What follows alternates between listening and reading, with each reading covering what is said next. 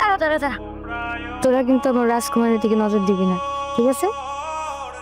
নজর কই দিছি, আল্লাহ দুইটা চোখ দিছে সুন্দর দুনিয়াটা দেখার লেখা, তাই দেখি। তো এই সুন্দর দুটা চোখ দিয়া পুরা দুনিয়ার সমস্ত ছেলেদেরকে দেখো, কোনো সমস্যা নেই, কিন্তু আমার রাজকুমারকে দেখা যাবে না। আরে বুঝলাম তুই নাই লড়ে পছন্দ করস, কিন্তু ও কি তোরে ভালোবাসে সেটা তো জানাস না, আগে সেটা জান। মনে মনে মন কলা খাইলে কি আর হইব? ভালো না বাসলে বাসবো।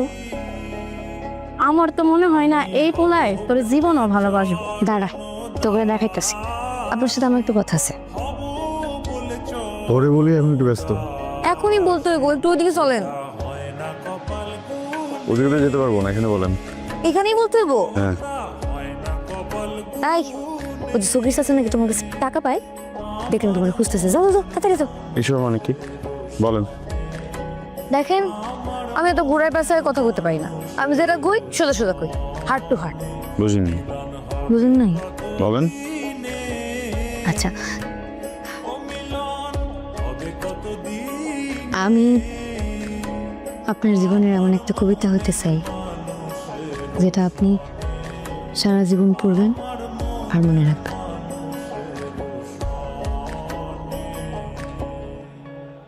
কি ব্যাপার, এখনো বুঝেন নাই?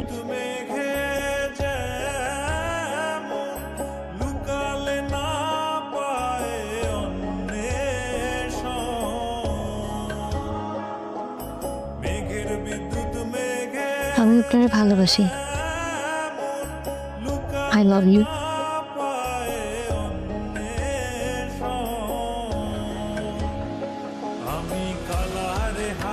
কি হলো এতক্ষণ ধরে বুঝে গেছে?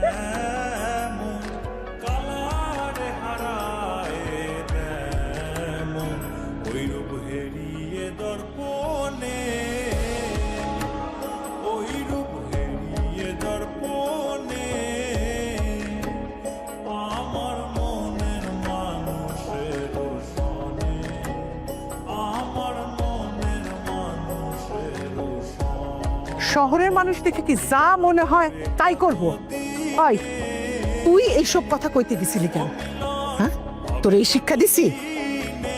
শোন, শহরের মানুষরা গ্রামের মানুষে মানুষ ভাবে না, তারা ভাবে তারাই মানুষ, আর আমগো পয়দা হয়েছে তাগো কামলা খাটার লেগা। যখন শুনলাম ওনার মাথায় সমস্যা, মা হইল একটু আদর যত্ন করি, সে কিনা আমার মায়ের গায়ে হাত তোলে। তো বড় সাহস, এ তো আসলে মাথা নষ্ট, পাগল ছাগল একটা। হয়তো আসতে বলো না, শুনতে পাইবো তো। শুনলে শুনো, মাটার গাল লাল করে দিছে। একটা সুস্থ মানুষ এভাবে মারে?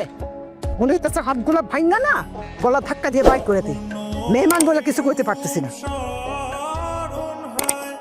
হয়েছে তো, থামো না এখন একটু। থামো থামো, অনেক হয়েছে তো। পোলাপান মানুষ এরকম তো করতেই পারে।